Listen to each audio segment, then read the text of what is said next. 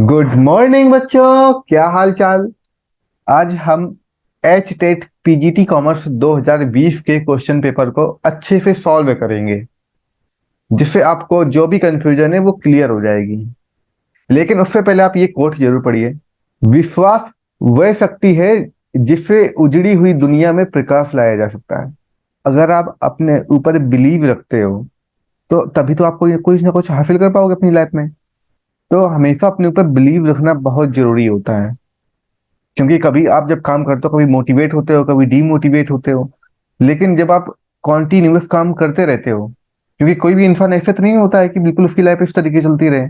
उसके जो डिसीजन होते हैं कभी इस तरीके से आता है, कभी ऊपर कभी नीचे, कभी ऊपर कभी नीचे, कभी ऐसे जाता है, इस तरीके से जाता है।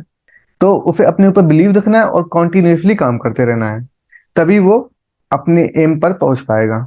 उजड़ी हुई दुनिया का मतलब है यहाँ पर कि इसका मन से है, कि जो मन होता है वो हर जगह पे घूमता रहता है, तो उसको कंट्रोल करके सिर्फ अपने एम पर फोकस किया जाए। अब आगे आते हैं। ये पेपर है जिसको हम सॉल्व कर रहे हैं। ये 91 से क्वेश्चन स्टार्ट हो रहे हैं। इससे पहले बाकी सब्जेक्ट के थे, जैसे इंग्लिश के हो गए, जीएस के हो गए, मैथ्स के हो गए, तो उन पर हम नहीं ध्यान देंगे, सिर्फ हम कॉमर्स का पोर्शन पढ़ा रहे हैं। तो चेयरमैन होता है मिनिस्टर ऑफ कंज्यूमर अफेयर, और वाइस चेयरमैन होता है मिनिस्टर ऑफ स्टेट। तो जब बात करें कि लिखा है the central consumer protection council is headed by head, head लिखा है तो हेड है मिनिस्टर ऑफ कंज्यूमर अफेयर। तो यहाँ लिखा है देखो, minister incharge of consumer affair in the central government, तो ये हो जाएगा इसका। और आप एक चीज याद रखो कि जब हेड की बात कर रहा है कंज्यूमर प्रोटेक्शन काउंसिल के हेड की बात, तो मिनिस्टर हो गया कहाँ का, सेंट्रल का, जो कंज्यूमर अफेयर का हो। जैसे बात करता है कि जजों का सबसे बड़ा जज कौन होता है, तो सीजेआई को बोलते हैं चीफ जस्टिस ऑफ इंडिया। क्या होता है, जैसे लोअर कोर्ट हो गए, ठीक है, इसके बाद फिर हाई कोर्ट हो गए, सुप्रीम कोर्ट हो गए, इन सभी का जो मेन होता है उसे बोलते हैं हम लोग चीफ। वैसे ही याद रखिए इस क्वेश्चन को। आंसर इसका सेकेंड। 92 क्वेश्चन देखिए। लिखा है the step in the selling process in which the sales person identify qualified potential customer. कह रहा है कि सेलिंग प्रोसेस के बारे में बताना है हमको। विक्रय प्रक्रिया का ऐसा कौन सा चरण होता है जिसमें जो सेलर होता है वो अपने हिसाब के ग्राहकों को ढूंढता है कि ये ग्राहक हाँ हमारे काम के हैं, ये हमारा सामान खरीदेंगे। तो वो चरण को हम लोग क्या बोलते हैं। तो पहले तो मैं ये एक एक करके सारे चरण बता दे रहा हूँ कि सेलिंग प्रोसेस के क्या क्या सा स्टेप्स होते हैं। स्टेप्स ऑफ सेलिंग प्रोसेस, जो ये 92 वाला क्वेश्चन है, इसके ये चरण होते हैं। अगर ये आपने समझ लिए तो आपको अपने आप क्वेश्चन आ जाएगा। यहाँ पर लिखा है देखो, pro pre approach present handle objection closing follow up. ये ट्रिक है इसकी। Pro pre approach present handle objection closing follow up. Pro से होता है प्रोस्पेक्टिंग, पर्यवेक्षण। पर्यवेक्षण होता है पहली स्टेज होती है जब जो सेलर होता है वो ये पता लगाता है कि हमारे लिए कौन सा कस्टमर है और कौन सा नहीं है, उसे बोलते हैं पर्यवेक्षण, खोजना कस्टमर को, प्रोस्पेक्टिंग। फिर दूसरा है प्रिपरेशन, तैयारी करना। तीसरा होता है अप्रोच, क्या आपका अप्रोच है अब उस प्रोडक्ट को लेके या कस्टमर का। प्रेजेंटेशन, लोगों के सामने उस प्रोजेक्ट को या उस सामान को प्रस्तुत करना। हैंडल ऑब्जेक्शन, की जो भी उसमें प्रॉब्लम आ रही है उसको हैंडल कर लेना। क्लोजिंग, बंद करना। फॉलो अप का मतलब होता है उसको दोबारा से यूज करना, अनुवर्तन कार्रवाई करना। तो ये सेलिंग प्रोसेस के चरण है। Prospecting, preparation, approach, presentation, handling, objection, closing, follow up. तो इसे याद करने की ट्रिक है pro pre approach present handle objection closing follow up. तो याद हुई trick, pro pre approach present handle objection closing follow up. तो अब बताइए इस क्वेश्चन का आंसर क्या होगा। लिखा है the step in the selling process in which the sales person identify qualified potential. तो मैंने बताई थी pro pre approach present handle objection closing follow up. तो प्रो मिल रहा है कहीं पे, प्रो से, हाँ प्रो प्रोस्पेक्टिंग होता है तो प्रो तो एक मिल रहा है। प्रो क्या, प्री कहीं नहीं लिखा है, एप्रो भी नहीं लिखा है, प्रेजेंटेशन भी नहीं लिखा है, हैंडल ऑब्जेक्शन क्लोजिंग और फॉलो अप कुछ भी नहीं लिखा है। तो मतलब एक ही चरण यहाँ पर दिया है सेलिंग प्रोसेस का। और प्रोस्पेक्टिंग पहला चरण होता है मैंने बताया, जिसमें क्या करते हैं वो अपने लाइक कस्टमर को खोजते हैं। तो यही तो यहाँ पे लिखा है कि ऐसा चरण जिसमें आइडेंटिफाई करते हैं कस्टमर को, तो ये हो जाएगा प्रोस्पेक्टिंग। कितना आसान था। 93 क्वेश्चन देखिए। लिखा हुआ है which among the following is not included in uses of fund. तो ये बता रहा है फंड फ्लो स्टेटमेंट के बारे में, कि फंड फ्लो स्टेटमेंट कौन सा है इनमें जिसमें प्रयोग नहीं होगा। तो फंड फ्लो स्टेटमेंट होता क्या है, अगर ये आपका एक फंड है, ये एक डिब्बा दिया है, ठीक है, जिसमें 100 रुपए लिखे, अब इस डिब्बे में अगर 100 रुपए रखे हैं, तो अब ये कुछ काम दिए गए हैं कि इन कामों से इन इस रुपए पे कुछ फर्क पड़ेगा, उसे बोलते हैं हम लोग फंड फ्लो स्टेटमेंट। पहला लिखा है ऑपरेटिंग लॉसेस। तो ऑपरेटिंग लॉसेस का मतलब होता है कि जब बिजनेस चलाने में जो भी खर्चे होते हैं, ज्यादा खर्चे हो गए तो नुकसान है, तो जो भी खर्चे होते हैं तो वो उसे फंड पर फ्लो पड़ेगा, इफेक्ट पड़ेगा, बिल्कुल पड़ेगा। अगर 100 रुपए है, आपने माल बनाना चालू किया, ठीक है, तो जब सामान खरीदोगे तो खर्चे होंगे, और खर्च होके 20 रुपए खर्च हो गया, बचा 80 रुपए, तो इफेक्ट पड़ रहा है। तो ये आंसर तो हो नहीं सकता, क्योंकि यहाँ लिखा है नॉट, किस पे इफेक्ट ना पड़े। दूसरे में लिखा है payment of dividend and taxes. जब आप टैक्सेस पे करोगे, डिविडेंड कब होता है, जब आपको प्रॉफिट हो, तो आप कुछ पे कर रहे हो, तो उससे आपका जो इतना पैसा है उसमें कुछ कमी आएगी, आएगी। फिर आगे लिखा है नॉन ट्रेड पेमेंट। कुछ ऐसी होती हैं जो व्यापारिक पेमेंट नहीं होती, गैर व्यापारिक पेमेंट करना, तो वो भी आ जाएगा। फिर लिखा है purchase of fixed assets against share. तो इस क्वेश्चन में लिखा है कि हमने एसेट परचेज किए, फिक्स्ड एसेट्स। तो फिक्स्ड एसेट्स क्या हो सकती है, मान लीजिए टेबल है, आपने टेबल कैसे परचेज की है, टेबल एंड चेयर, ये आपने परचेज की होगी जब आपने शेयर्स मार्केट में बेचे होंगे, तो शेयर्स के अगेंस्ट में आपने लिया है।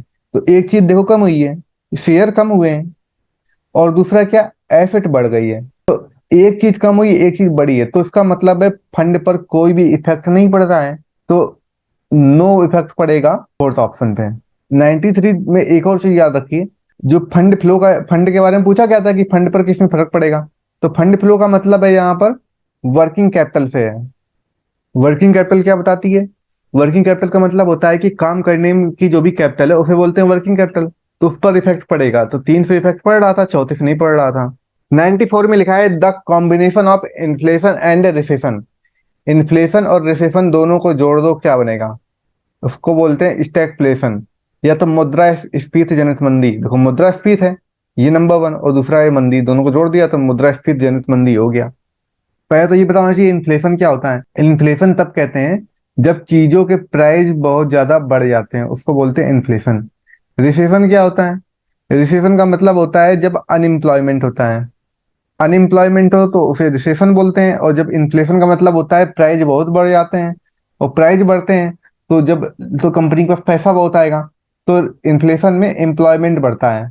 इसे बताया कि एक कर्व होता है, फ्लिप्स कर्व। ये किंग फिलिप का नाम सुना है, तो वैसे ही फ्लिप कर्व होता है। इसका मतलब क्या होगा कि रिलेशन बताता है अनएम्प्लॉयमेंट रेट और इन्फ्लेशन के बारे में बताता है, relation between inflation and unemployment.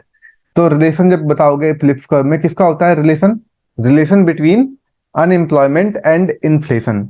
तो जब हमारा इन्फ्लेशन बढ़ेगा तो हमारा एम्प्लॉयमेंट बढ़ेगा, और अनएम्प्लॉयमेंट कम होगा, ये बताता है फ्लिप्स कर्व। 95 वाला क्वेश्चन बहुत अच्छा है। इसका आंसर दिया है आंसर की में सेकंड, लेकिन ये सेकंड आंसर हो नहीं सकता है, मैंने बहुत सारी बुक्स में देखा है, ठीक है। तो ये आंसर तो बिल्कुल नहीं हो सकता है जो मेथड से यूज होगा, आंसर होगा इसका थर्ड आंसर होगा। तो अब इसको मैं सॉल्व करके बताऊंगा। पहले तो क्वेश्चन में पढ़ रहा हूँ। It is estimated that the producing 1 unit of product Y 5 kg of material are consume. बता रहा है कि वाई प्रोडक्ट को बनाने में हर 1 kg, देखो 5 kg लगता है 1 यूनिट को बनाने में, ये बता रहा है कि वाई एक प्रोडक्ट है जिसे 5 किलो सामान लगता है 1 यूनिट बनाने में, ये बता रहा है। आगे लिखा है द स्टैंडर्ड प्राइस पर KG of material 1.50। Standard price कितना दिया है, 1.50 दिया हुआ है। आगे पर दिया है during the month of October 7,000 kg material. इतना तो क्लियर हुआ। अब आगे इसमें दिया है देखो कि during the month of October, जो अक्टूबर महीना चल रहा है उसमें 7,000 kg ऑफ मटेरियल 1.60 पर KG were used in producing. बोल रहा है कि अब ये थी हमारी जो एफ पी से था, स्टैंडर्ड प्राइसिंग थी कि स्टैंडर्ड प्राइस कितना है, अब एक्चुअल में कितना प्राइस लगा। तो एक्चुअल में बता रहा है कि 1.60 रुपए लगा है एक्चुअल में, और क्वांटिटी कितनी बनी है, 7,000 किलोग्राम सामग्री का उपयोग किया गया है। आगे का ये वर्ड ध्यान रखिए, लिखा है देखो used for producing 1500 units of Y. Y की 1500 यूनिट बनाने में 1.60 रुपए का मटेरियल यूज किया गया है, और कितना 7,000 किलोग्राम सामग्री का उपयोग हुआ है। पहले तुमको स्टैंडर्ड क्वांटिटी पता होनी चाहिए। टोटल 1500 यूनिट है। एक यूनिट के दाम है 5 kg। तो टोटल कितना हो गया? 7500 हो गया। जी किलोग्राम में आ गया, इतना सामान लगा यूज हुआ। स्टैंडर्ड प्राइस जिसका है 1.50 है। मटेरियल प्राइस वेरिएंस और मटेरियल यूजेस वेरिएंस, ये तीन चीजें याद करनी है। स्टैंडर्ड प्राइस दिया है 1.50 रुपीज। ये क्वेश्चन का सोल्यूशन पूरा दिया हुआ है। यहाँ पर दिया है स्टैंडर्ड प्राइस है हमारा 1.50 रुपए, एक्चुअल प्राइस है 1.60 रुपए। और एक्चुअल प्राइस जो 1.60 रुपए है उसमें काम कितना मटेरियल आया है? 7000 किलोग्राम मटेरियल यूज हुआ है सामान बनाने में। वाई जिसकी 1500 यूनिट है, एक यूनिट में 5 किलोग्राम मटेरियल यूज होता है। तो टोटल कितना होगा? तो 7500 किलोग्राम मटेरियल यूज होगा। तो हमारा स्टैंडर्ड दिया था 1.50 रुपए और 7500 किलोग्राम मटेरियल, लेकिन हुआ कितना? 1.60 रुपए और 7000 किलोग्राम मटेरियल यूज हुआ। तो इसके तीन फॉर्मूले दिए गए थे कि material cost variance, material price variance और मटेरियल यूजेस वेरिएंस ज्ञात करो। तो मटेरियल कॉस्ट वेरिएंस होता है standard cost minus actual cost. Standard cost कितनी आ गई है? जब 1.50 रुपए और 7500 किलोग्राम मटेरियल यूज हुआ, तो 7500 गुणते हैं 1.50। एक्चुअल में 1.60 मल्टीप्लाई 7000, तो आ गया प्लस में 50। तो प्लस को बोलते हैं हम लोग फेवरेबल, माइनस को बोलते हैं एडवर्स। तो प्लस 50 आ गया। आगे फिर दिया मटेरियल प्राइस वेरिएंस। तो प्राइस के लिए होता है standard price minus actual price. यहाँ पे कॉस्ट था तो यहाँ पे standard cost minus actual cost हो गया। यहाँ प्राइस में standard price minus actual price हो जाएगा इनटू एक्चुअल क्वांटिटी। तो स्टैंडर्ड प्राइस कितना है? 1.50 है। एक्चुअल 1.60 है। एक्चुअल क्वांटिटी कितनी यूज हुई है? एक्चुअली में 7000 यूज हुई है। हमने मानी थी 7500, लेकिन यूज हुई 7000। तो इसे मल्टीप्लाई कर दो। तो माइनस में 0.10 इंटू 7000, तो निगेटिव आ गया 700 रुपए। 700 ये हमारा आ गया एडवर्स हो गया। क्योंकि निगेटिव है तो एडवर्स बोलते हैं, प्लस है तो फेवरेबल होता है। फिर लिखा है मटेरियल यूजेस। तो इसके लिए यूज करना है तो क्वांटिटी के फॉर्म में यूज करते हैं। देखो, कॉस्ट अगर दिया हो तो कॉस्ट लिखते हैं, प्राइस दिया हो प्राइस लिखेंगे, यूज लिखा हो तो यूज में क्या करते हैं हम लोग? क्वांटिटी देखते हैं। स्टैंडर्ड क्वांटिटी दी है हमारी 7500, एक्चुअली में हुई है कितनी? 700 किलोग्राम। और टोटल जो लिखा 7500 माइनस 700 ब्रैकेट में। अब एक्चुअल प्राइस से मल्टीप्लाई करते हैं कि कितना यूज हुआ, कह रहा है मटेरियल। पहले में था देखो कि कितना कॉस्ट है तो हमने माइनस कर दी, सीधी बात है। प्राइस लिखा तो एक्चुअल में कितना प्राइस था? तो एक्चुअल में प्राइस था, जब प्राइस लिखा था तो एक्चुअल में कितना क्वांटिटी था? तो क्वांटिटी था 7000 किलोग्राम, लिख दिया। अब एक्चुअल यूज करना है तो यूज करोगे तो उसमें एक्चुअल प्राइस का मल्टीप्लाई करोगे। 7500 माइनस 7000 इंटू 1.50, ये हमारा एक्चुअल प्राइस दिया है। तो 500 इंटू 1.50 तो आ गया हमारा प्लस में 750, ये फेवरेबल हो गया। तो आंसर क्या आया है? मटेरियल कॉस्ट वेरिएंस आया है +50 और मटेरियल प्राइस वेरिएंस आया है -700 और मटेरियल यूज वेरिएंस आया है प्लस में 750। अब अगर इस क्वेश्चन में देखो आप, तो आपको क्या दिखेगा कि ये दिया है, देखो +50 -700 और +750। तो यही आंसर है इसका। आंसर की में बी दिया है, लेकिन वो कैसे भी नहीं निकल सकता है आंसर। 96 में लिखा है adjusting price continuously to meet the characteristics and need of individual customers and situations is. कह रहा है व्यक्तिगत ग्राहकों और स्थितियों की विशेषताओं और जरूरतों को पूरा करने के लिए कीमतों में लगातार समायोजन करना। जब प्राइस में जो लगातार एडजस्टमेंट की बात करता है, एडजस्टिंग प्राइस कॉन्टिन्यूसली, ये वर्ड जहां पे बोले कि एडजस्टिंग प्राइस कॉन्टिन्यूसली, तो हो जाता है डायनेमिक प्राइसिंग। पहले तो सभी के बारे में पता होना चाहिए प्राइमरी प्राइसिंग क्या होता है। तो प्राइमरी प्राइसिंग होता है जब कोई नया सामान बनता है, ठीक है। तो एक कोई नया सामान बनने में जो भी उसकी कॉस्ट आई है, उसमें कुछ अपना प्रॉफिट का हिस्सा जोड़ देते हैं। कि मानो अगर सामान बना 80 रुपए का और 20 रुपए उसमें प्रॉफिट जोड़ दिया, तो टोटल उसका प्राइस हो जाएगा 100 रुपए। इसको बोलते हैं हम लोग प्राइमरी प्राइस। ये सेकेंडरी प्राइस है। सेकेंडरी प्राइस तब यूज करते हैं जब वो सामान ज्यादा ज्यादा टाइम हो जाता है रखे रखे, अब हो सकता है वो खराब होने वाला हो। तो ऐसी कंडीशन में अगर उसकी कॉस्ट 80 रुपए थी, ठीक है, तो अब हम क्या करेंगे? हम प्रॉफिट सिर्फ ले रहे हैं, 10 रुपए का ले रहे हैं और 10 रुपए का उसको डिस्काउंट दे रहे हैं। इसलिए डिस्काउंट दे रहे हैं ताकि वो सामान जल्दी से निकल जाए और खराब ना हो, हमें कुछ फायदा भी हो जाए। तो यहाँ पर 10 रुपए का फायदा हो रहा है, इसको बोलते हैं सेकेंडरी प्राइसिंग।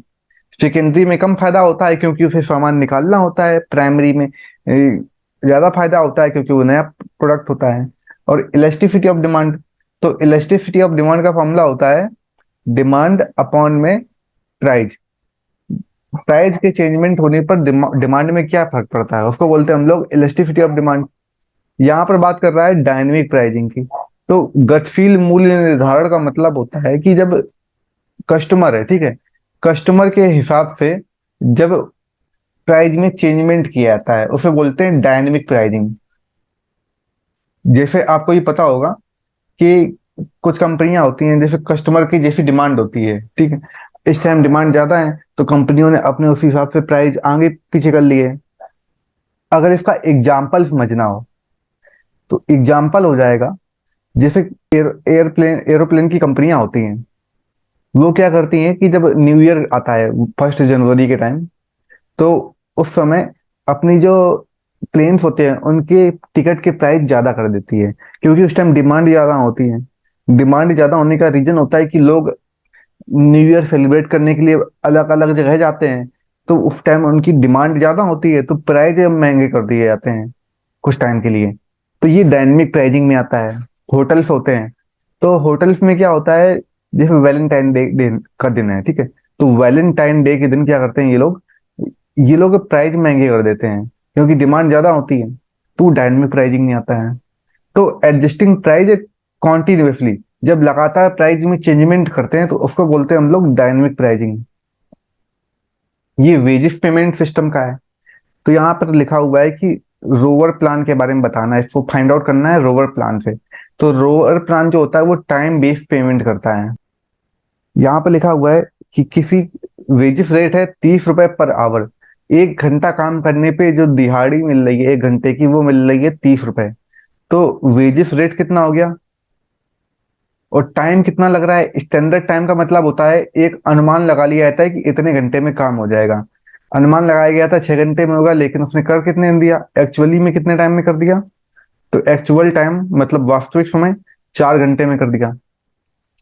तो ये जो रोवर प्लान कहा जाता है, रोवर जो मेथड है वो कहता है कि जितने घंटे काम करो उस हिसाब से उसको पेमेंट करो।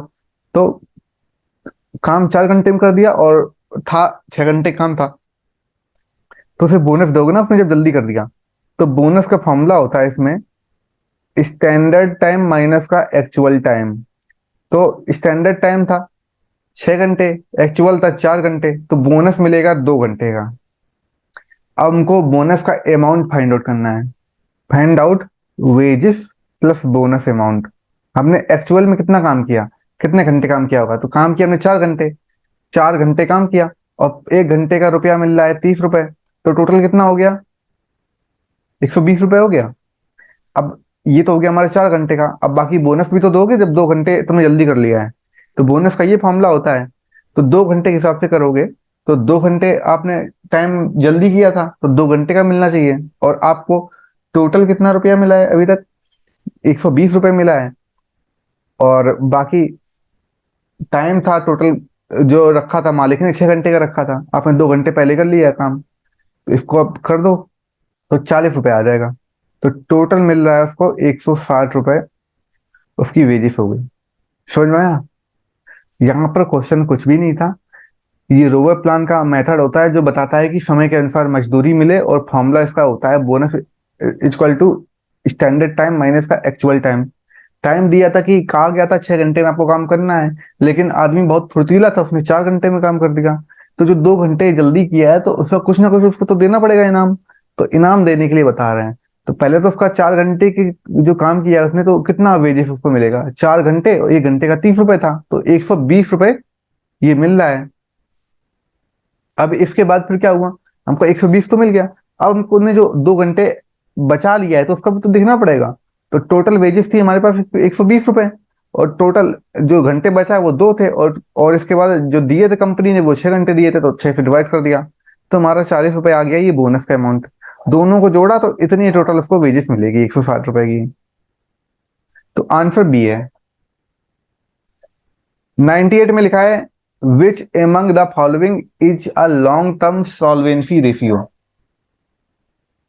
सॉल्वेंसी रेशियो एक तरीके का फाइनेंशियल रेशियो होता है। तो ये क्या बताता है कि कंपनी अपनी लॉन्ग टर्म लोन को चुकाने में सक्षम है कि नहीं। तो लॉन्ग टर्म जो लोन होता है उसका, लॉन्ग टर्म लोन जो होता है ये बताता है सॉल्वेंसी रेशियो की लॉन्ग टर्म लोन पे करने के लिए वो सक्षम है कि नहीं है, उसे बोलते हैं सॉल्वेंसी रेशियो।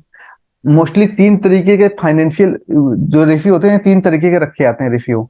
एक पहला होता है प्रॉफिट के बारे में बताता है, तो प्रॉफिटेबिलिटी रेशियो होता है। दूसरा रेशियो होता है टर्नओवर रेशियो। तीसरा रेशियो होता है फाइनेंशियल रेशियो। मोस्टली तीन तरीके के रेशियो रखे जाते हैं। प्रॉफिटेबिलिटी रेशियो, जिसमें प्रॉफिट के बारे में बताया जाए, टर्नओवर की कितना सामान उसने बनाया है एक साल में या एक महीने में, और फाइनेंशियल रेशियो का मतलब होता है फाइनेंशियल एसेट्स के बारे में बताता है, उसका क्या क्या एसेट्स है। जैसे यहाँ पे सॉल्वेंसी रेशियो लिखा है, ये फाइनेंशियली रेशियो है क्योंकि ये बताता है कि कितने टाइम में आप लोन पेमेंट करोगे। तो लोन पेमेंट करोगे मतलब फाइनेंस के बारे में बता रहा है। अब यहाँ पे लिखा है अर्निंग पर शेयर रेशियो, कि अब इसका आंसर क्या होगा वो मैं बताऊंगा, आप खुद ही समझ जाओगे अभी। अर्निंग पर शेयर, ये आप एक शेयर से कितना कमा रहे हो, तो कमा रहे हो मतलब आपको प्रॉफिट हो रहा है, तो ये हो गया प्रॉफिटेबिलिटी रेशियो। थर्ड वाले में लिखा है ग्रॉस प्रॉफिट रेशियो, खुद ही प्रॉफिट दे दिया गया है, तो ये भी प्रॉफिटेबिलिटी रेशियो हो गया। फिर लिखा है capital turnover ratio. Capital turnover ratio का मतलब होता है कि आप आपने जितनी पूंजी लगाई है बिजनेस में, अगर आपने 100 रुपए की पूंजी लगाई है, उस 100 रुपए की पूंजी से आप कितना माल बना रहे हो, उसको बोलते हैं कैपिटल टर्नओवर रेशियो। कि आपने कितनी कैपिटल लगाई है और उसका हमें कितना रिटर्न मिल रहा है, मतलब कितना काम हो रहा है, तो टर्नओवर। जब टर्नओवर की बात करते हैं तो इसे बोलते हैं टर्नओवर रेशियो। तो ये हो गया हमारा परफॉर्मेंस या फिर टर्नओवर रेशियो हो गया। तीनों के दो, पहला तीसरा हो गया प्रॉफिटेबिलिटी रेशियो, चौथा हो गया टर्नओवर रेशियो। हमको क्या करना है, सॉल्वेंसी रेशियो। तो यहाँ लिखा है प्रोप्राइटरी रेशियो, इसको हम लोग बोलते हैं फाइनेंशियल रेशियो होता है प्रोप्राइटरी रेशियो। इसमें क्या बताते हैं, कहते हैं कि कंपनी की जितनी टोटल एसेट्स है उसमें से ओनर का कितना पार्ट है, ओनर की कितनी कैपिटल है उसको बताता है, उसे बोलते हैं प्रोप्राइटरी रेशियो। कि कंपनी की टोटल एसेट्स में ओनर का कितना पार्ट है, तो ये भी एक फाइनेंशियली चीज बता रहा है, तो उसको बोल देते हैं हम लोग फाइनेंशियल रेशियो। आंसर हो गया इसका बी। अब आगे लिखा हुआ है people shift their spending across food, housing, transportation, health care and other goods and service categorize as family income rise the law known as. जब बात करें लोगों के इनकम बढ़ने से, जब इनकम बढ़ने से लोग अपना खर्चा बढ़ा दें, ठीक है, इनकम जैसी बढ़ रही है तो लोग अपना खर्चा बढ़ा देते हैं, तो उसे हम लोग बोलते हैं एंजल कर्व। एंजल कर्व का मतलब देखो, एंजल क्या होती है, नहीं बच्चे कहते हैं कि एंजल आ जाएगी, परी आ जाएगी। तो परी क्या बताती है, परी आती है तो वो देखो उसको पंख होते हैं, ठीक है, उड़ती है। तो वैसे ही जिसके पास पैसे ज्यादा आने लगते हैं तो वो भी उड़ने लगता है, वो खूब सारा सामान खरीदेगा, नई नई जगह पे इन्वेस्ट करेगा, नए नए घर खरीदेगा, नया नया नया खाना खाएगा। तो उसे बोलते हैं हम लोग एंजल कर्व बोलते हैं। फिर आगे लिखा है इसमें सेकंड नंबर पे, तो इसका आंसर तो 1 हो गया, लेकिन मैं सारे ऑप्शंस बता दे रहा हूँ। फिर यहाँ लिखा है पीटर लॉ के बारे में बता रहा है। एंजल लॉ तो समझ में आ गया, अब बताएंगे पीटर लॉ के बारे में। तो स्पाइडरमैन मूवी सबने देखी है, स्पाइडरमैन, स्पाइडरमैन। तो स्पाइडरमैन मूवी में क्या होता है, जो स्पाइडरमैन का करेक्टर करता है वो पीटर पार्कर करता है, ठीक है। तो पीटर क्या करता है, वो एक न्यूज एजेंसी में काम करता है जो स्पाइडरमैन की फोटो खींचा करता है, उसमें पीटर काम करता है। तो उसे प्रमोशन मिल जाता है, तो पीटर लॉ भी वही बताता है कि एक पर्सन को उसकी एबिलिटी के हिसाब से प्रमोशन मिल जाता है।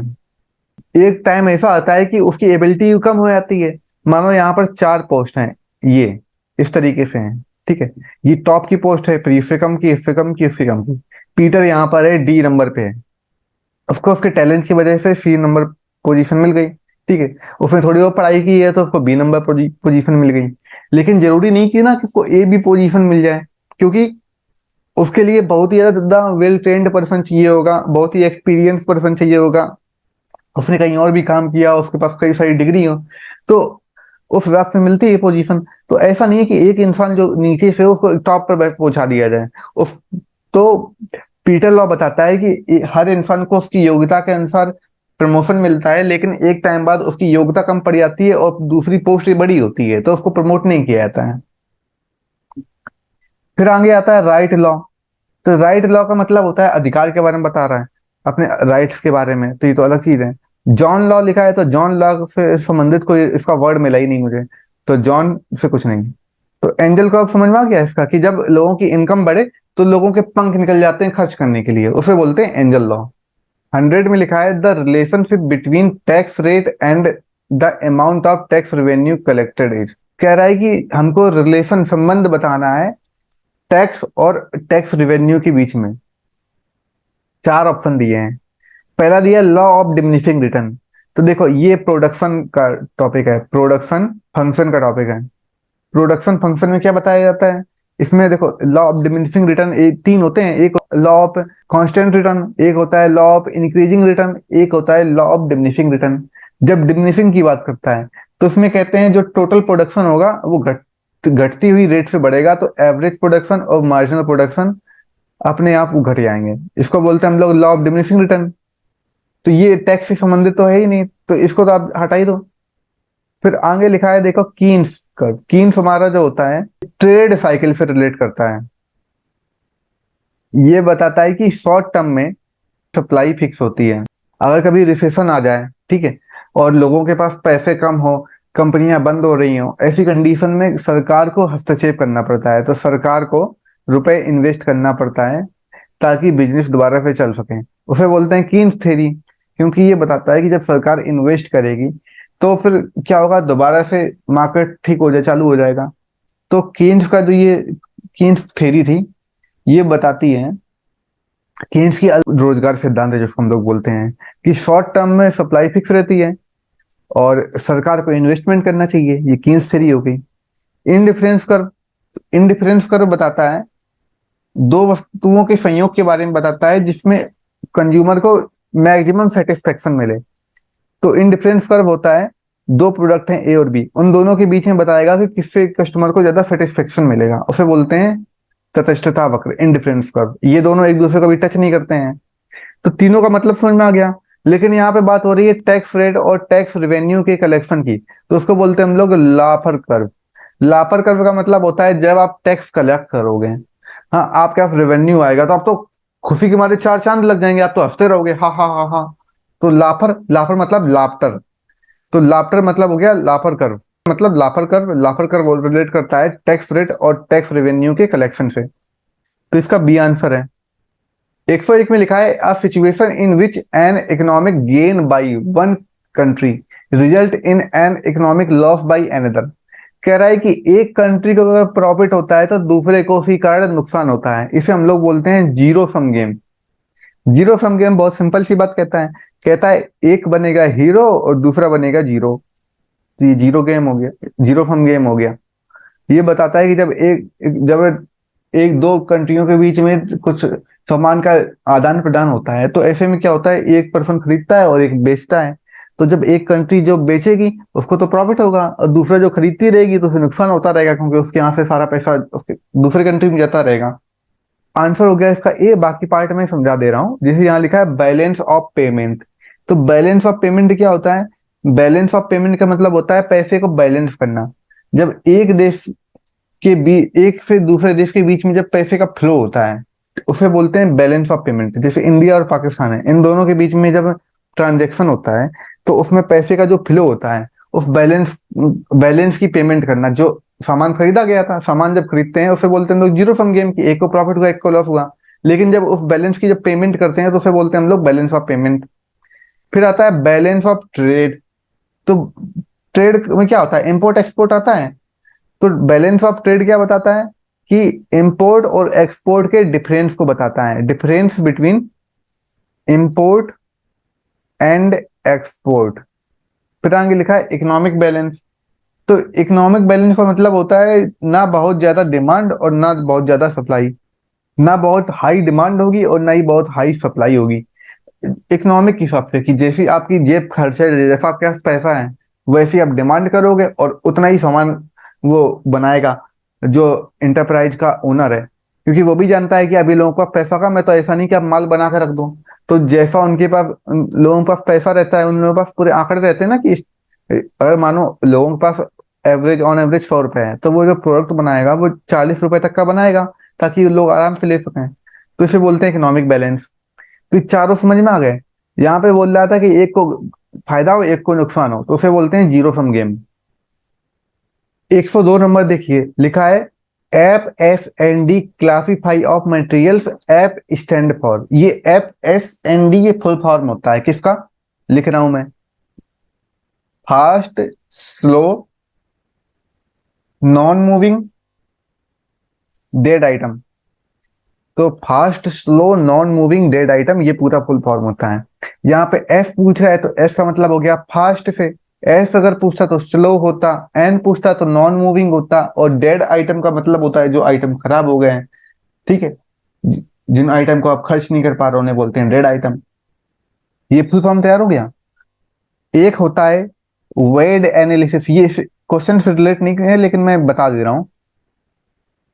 जब वेड लिखा हो तो वेड का फुल फॉर्म होता है विटेल, VITAL विटल, इसेंशियल, डिजायरेबल, ये इसका फुल फॉर्म होता है। और FSND का होता है fast slow non moving dead item. Fast का मतलब होता है जो तेजी से खर्च होती हैं चीजें, तो F for stand for fast हो जाएगा। 103 और आसान है, ये है हमारा प्रोबेबिलिटी का क्वेश्चन। यहाँ पे लिखा है in a multiple choice quiz each question has 5 alternative out of them one answer is correct.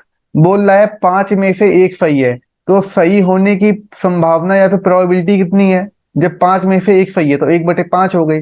तो गलत होने की क्या होगी प्रोबेबिलिटी, वो हो जाएगी 4/5 गलत होने की प्रोबेबिलिटी और 1/5 सही होने की प्रोबेबिलिटी। इतना क्वेश्चन था, लेकिन ये अलग से एक लाइन ये एग्जाम वालों ने जोड़ दी है। लिखा हुआ है what is the probability of 6 correct answer out of 10 question. कह रहा है कि अगर प्रोबेबिलिटी आपको बतानी है कि 6 क्वेश्चन सही हो 10 क्वेश्चन में से। अब ये नई लाइन इसमें जोड़ दी है, ये जो नई लाइन जोड़ी है तो कोई दिक्कत नहीं है, सॉल्व कर दो। तो पहले ऊपर लिख दो आप 10 फैक्टोरियल, नीचे लिख दो 6 फैक्टोरियल, मल्टीप्लाई कर दो 1/5 का और मल्टीप्लाई कर दो 4/5 का। क्योंकि ये सही की प्रोबेबिलिटी, ये गलत की। अब सही की प्रोबेबिलिटी 1/5 थी, लेकिन यहाँ पर दिखा रहा है 6 दिखा रहा है, तो यहाँ पे 6 से आप 6 पावर लगा दोगे ऊपर, ये 6 पावर लगा दी। यहाँ 4/5 रॉन्ग होने की प्रोबेबिलिटी थी, लेकिन अब जब 6 क्वेश्चन सही हैं तो रॉन्ग कितने होंगे, 4/10 होंगे। तो यहाँ पे पावर 4 लगा दीजिए। इसको जब आप सॉल्व करोगे तो आंसर आएगा 0.0055, ये आ जाएगा प्रोबेबिलिटी का आंसर। फिर एक और प्रोबेबिलिटी का दिया है, ये तो बहुत बढ़िया क्वेश्चन है 104 नंबर में। यहाँ पे लिखा है कि in how many ways can 12 cup put in 3 equal number. Tray में रखने हैं बता रहा है। चलो, बताया 12 कप हैं, तो कप बना लेते हैं, बढ़िया से कप बनाते हैं। ये देखो ये 12 कप हो गए, ये 12 कप हैं। अब कह रहा है कि इन 12 कप को हमें 3 इक्वल ट्रे में रखना है। ट्रे क्या होता है, ट्रे जिसमें चाय रखी जाती है, कोई मेहमान आता है तो उसको चाय पिलाई जाती है। ये 3 ट्रे हो गई हैं। अब 3 ट्रे में ये हमको कप रखने हैं, तो चार चार चार रख दो सभी में कप। ये देखिए 4 4 कप रख दिए गए। तो ईच ट्रे में A number, B number, C number, ये 3 ट्रे हो गई, 4 4 रख दिए गए। तो प्रोबेबिलिटी आपको फाइंड आउट करनी है। टोटल 12 कप थे, तो सबसे बड़ी संख्या ऊपर आती है, तो 12 फैक्टोरियल अपॉन में 3 ट्रे हैं, तो 3 फैक्टोरियल 3 ट्रे हो गई।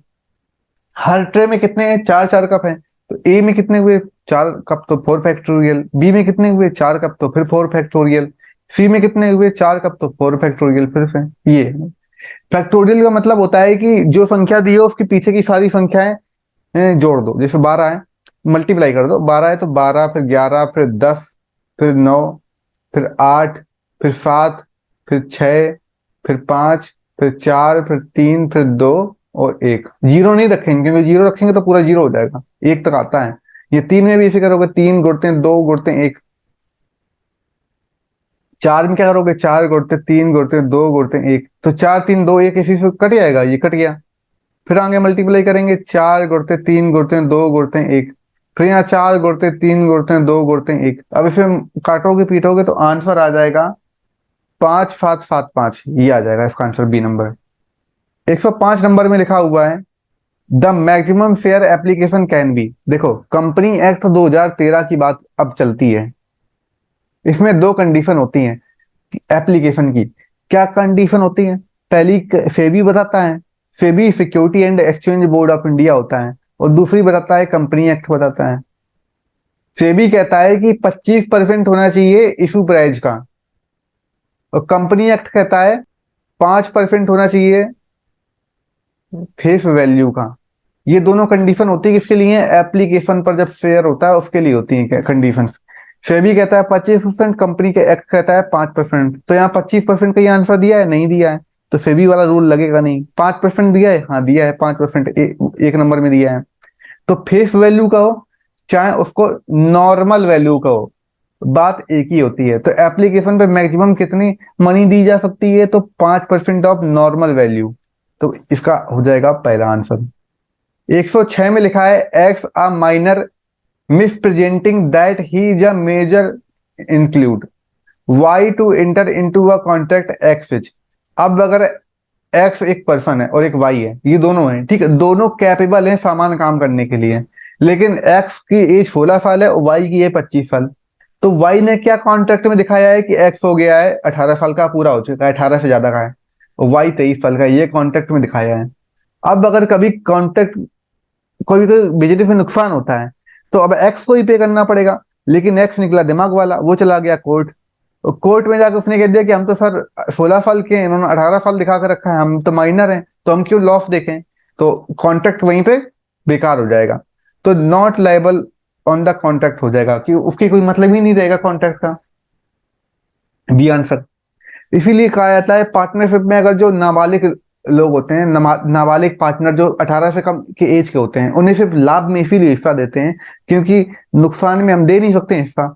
वही यहाँ कंडीशन होती है कि अगर आप किसी माइनर को बना रहे हो और आपने गलत दिखा है, उसकी एज बढ़ा के लिखी है, तो उस माइनर के ऊपर डिपेंड करता है, वो चाहे जब चाहे तो वो कॉन्ट्रैक्ट मानेगा ही नहीं, आप कुछ नहीं कर पाओगे। तो इसका आंसर बी हो गया।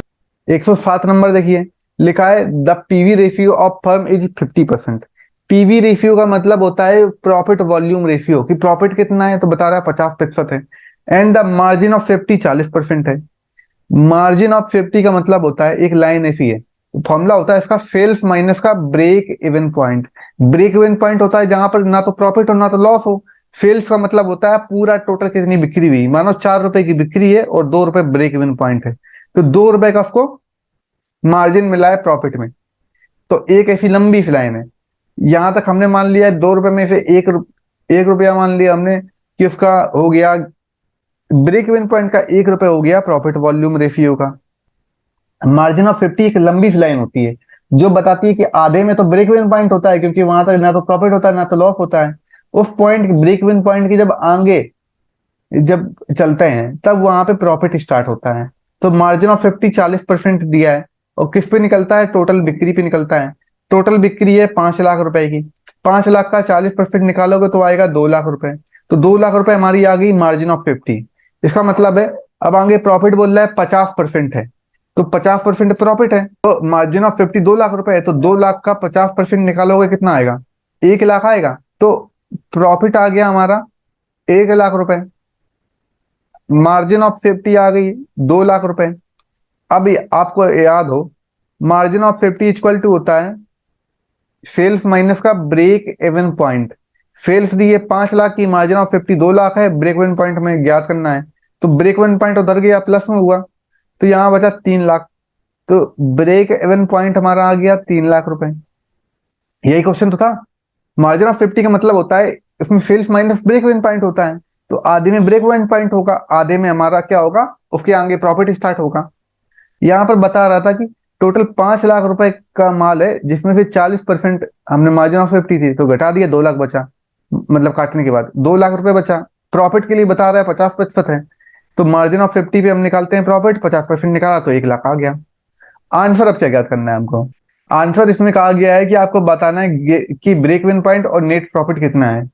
तो देखो भैया, ब्रेक इवन पॉइंट हमारा आया है 3 लाख रुपए और प्रॉफिट आया है 1 लाख रुपए, तो 3 लाख 1 लाख जहां पर दिया हो वही आंसर हो जाएगा। 3 लाख और 1 लाख ये दिया, यही आंसर हो गया। 108 नंबर में लिखा हुआ है the association clause of a public company has to be signed by.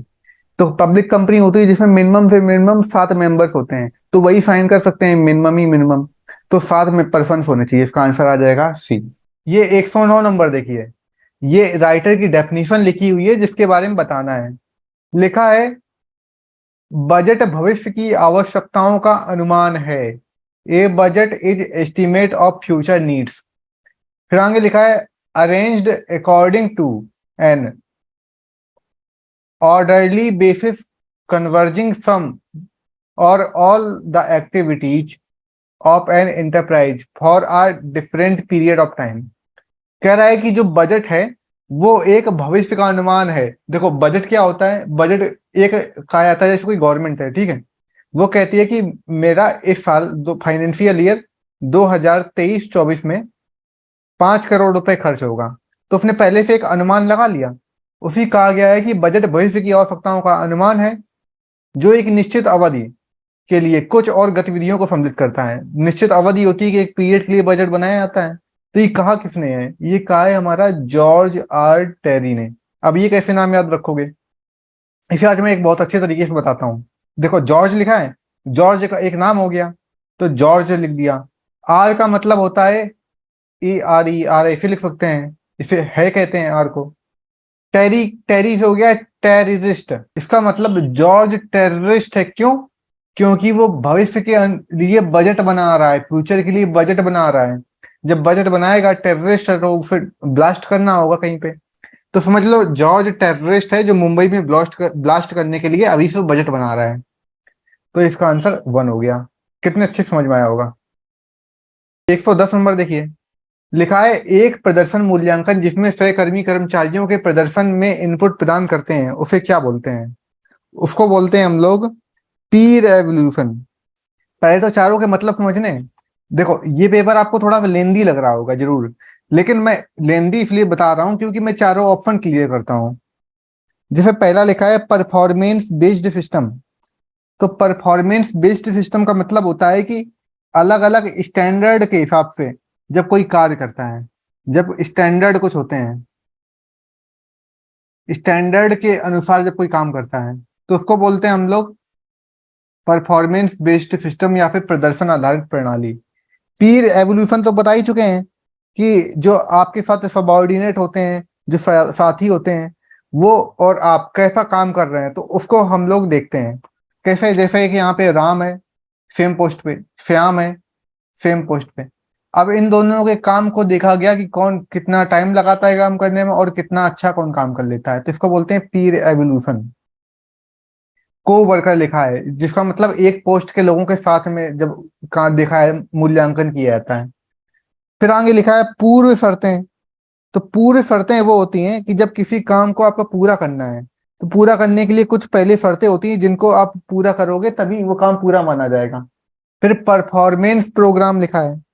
तो परफॉर्मेंस प्रोग्राम में इसे आप समझ लो ट्रेनिंग। ट्रेनिंग में क्या सिखाते हैं? ट्रेनिंग में ये सिखाया जाता है कि किस तरीके से आप काम अच्छा कर सकते हो, आपको ट्रेंड करते हैं। तो परफॉर्मेंस प्रोग्राम आपकी परफॉर्मेंस को बढ़ाने के लिए जो प्रोग्राम कराए जाते हैं उन्हें बोलते हैं परफॉर्मेंस प्रोग्राम। लो हो गया। तो इसका आंसर समझ में आ गया पी रेवोल्यूशन क्यों है। तो 11 नंबर देखिए, लिखा है the stage of group development characterized by close relationship and cohesiveness is known as. तो कोहिसिवनेस इतना बड़ा वर्ड लिखा है, इसको आप ऐसे समझो समूह के विकास का तीसरा चरण जिसकी विशेषता घनिष्ठ संबंध और सामंजस्य होती है उस चरण को कहते हैं। तो समूह का विकास मतलब कि ग्रुप डेवलपमेंट की बात कर रहा है। तो ग्रुप डेवलपमेंट के 4 चरण होते हैं, बता दे भैया। 4 स्टेज ऑफ ग्रुप डेवलपमेंट, 4 चरण। पहला है फॉर्मिंग, दूसरा स्टॉर्मिंग, तीसरा नॉर्मिंग, चौथा एडजर्निंग। तो तीसरा चरण होता है नॉर्मिंग। तो ये देखो इसका आंसर हो गया नॉर्मिंग। लेकिन मैं इनके बारे में भी बता दे रहा हूँ कि ये चरण होते क्या क्या हैं। तो पहला फॉर्मिंग। फॉर्मिंग का मतलब होता है जब कोई चीज पहली बार काम की जाती है उसके लिए एक पूरा ग्रुप बनाते हैं। तो पहला काम होता है मेकिंग ग्रुप।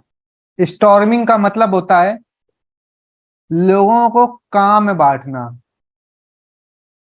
कैसा? देखो, हर कोई चाहता है कि उसे मिले आसान काम और कम मेहनत करनी पड़े, लेकिन अधिकारी का काम होता है सही व्यक्ति को सही काम देना। फिर है नॉर्मिंग। नॉर्मिंग में क्या करते हैं कि जब वो व्यक्ति काम कर रहा है तो वो उसका कैसा तरीका, काम करने का तरीका कैसा है, वो लोगों के साथ सही रिलेशन बना रहा है। इसमें बताते हैं लोगों के साथ रिलेशन बनाना, जो उसके को वर्कर हैं उसके साथ उसके रिलेशन कैसे हैं, और लोगों मैनेज कर रहा है काम सभी के साथ मिलके। तो आ गया नॉर्मिंग में। फिर आता है एडजर्निंग। एडजर्निंग का मतलब होता है गोल को अचीव करना, गोल को पूरा करना एडजर्निंग आ जाएगा। तो ये चारों ग्रुप डेवलपमेंट के स्टेज पता चल गए, फॉर्मिंग, स्टॉर्मिंग, नॉर्मिंग, एडजर्निंग। फॉर्मिंग का मतलब होता है किसी काम के लिए नया ग्रुप बनाना। स्टॉर्मिंग का मतलब होता है सही व्यक्ति को सही काम देना। नॉर्मिंग का मतलब होता है रिलेशन, वो सभी अब व्यक्ति आपस में मिलकर सही तरीके से काम कर रहे हैं, एक दूसरे को मैनेज कर रहे हैं। फिर चौथा होता है एडजर्निंग। एडजर्निंग में क्या होता है कि गोल को पूरा करना। तो यहाँ लिखा है third stage of group development क्या होगी, तो वो नॉर्मिंग हो जाएगी, क्योंकि वो क्या बता रही है, क्लोज रिलेशनशिप बता रही है। तो क्लोज रिलेशनशिप आता है इसी में। आंसर नॉर्मिंग हो गया। 112 क्वेश्चन में लिखा है वह फर्म जो छोटे खंडों को सेवाएं प्रदान करती है जिसे उस उद्योग में अन्य फर्म अनदेखा कर देती हैं, क्या बोलते हैं? बता रहा है कि एक फर्म जो है, जो बहुत ही छोटे ग्रुप को कुछ सेवाएं प्रदान करती हैं। 112 नंबर क्वेश्चन देखिए। लिखा है वह फर्म जो छोटे खंडों को सेवाएं प्रदान करती है जिस पर उद्योग में अन्य फर्म अनदेखा कर देती हैं उसे कहते हैं। यह क्या लिखा है आपको दिख रहा है? Black and white TV. एक टाइम था, आज से 25-30 साल पहले, 35 साल पहले ब्लैक एंड व्हाइट टीवी लोग देखा करते थे, लेकिन आज सब लोग क्या देखते हैं? एलईडी टीवी देखते हैं। तो जो ब्लैक एंड व्हाइट टीवी है ना, ये आजकल कोई नहीं देखता है। मान लो पूरे इंडिया में ज्यादा से ज्यादा 10,000 लोग देखते होंगे आज के टाइम। तो इन अगर 10,000 लोगों के लिए कोई कंपनी, कोई फर्म प्रोडक्ट बना रही है, ठीक है, कि ब्लैक एंड व्हाइट टीवी गिने चुने लोगों के लिए, तो फिर बोलते हैं हम लोग मार्केट निशर। मार्केट निशर मतलब जो नाश कर दिया मार्केट का, जिसे कोई नहीं यूज कर रहा उसको बना रहे हो आप, वो चलना तो है नहीं, सिर्फ उतने ही लोगों के लिए आप कर रहे हो। फिर दूसरे में लिखा है, ये आंसर हो गया। मार्केट लीडर तो पता ही क्या होता है, जैसे जियो। जियो धन धना धन धन। तो जियो क्या करता है? जियो अपने जो कंपटीटर है, एयरटेल हो गया, वोडाफोन हो गया, इनको लाइन पे रखता है क्योंकि वो लीड कर रहा है। तो इसलिए ये मार्केट लीडर हो गया। यहाँ लिखा है मार्केट सेगमेंट। सेगमेंट का मतलब होता है कि एक काम को अलग अलग ग्रुप में बांट देना, ठीक है, तो उसे बोलते हैं मार्केट सेगमेंट। जैसे कोई कंपनी है वो कपड़े बनाती है, वो चाइल्ड के बनाएगी कपड़े, मैन के अलग बनाएगी, वुमेन के अलग बनाएगी, इस तरीके से अलग अलग कैटेगरीज की होंगी, तो उसको बोलते हैं मार्केट सेगमेंट। फिर मार्केट चैलेंजर क्या होता है? मार्केट चैलेंजर होता है जिसका कोई भी कंपटीटर ना हो।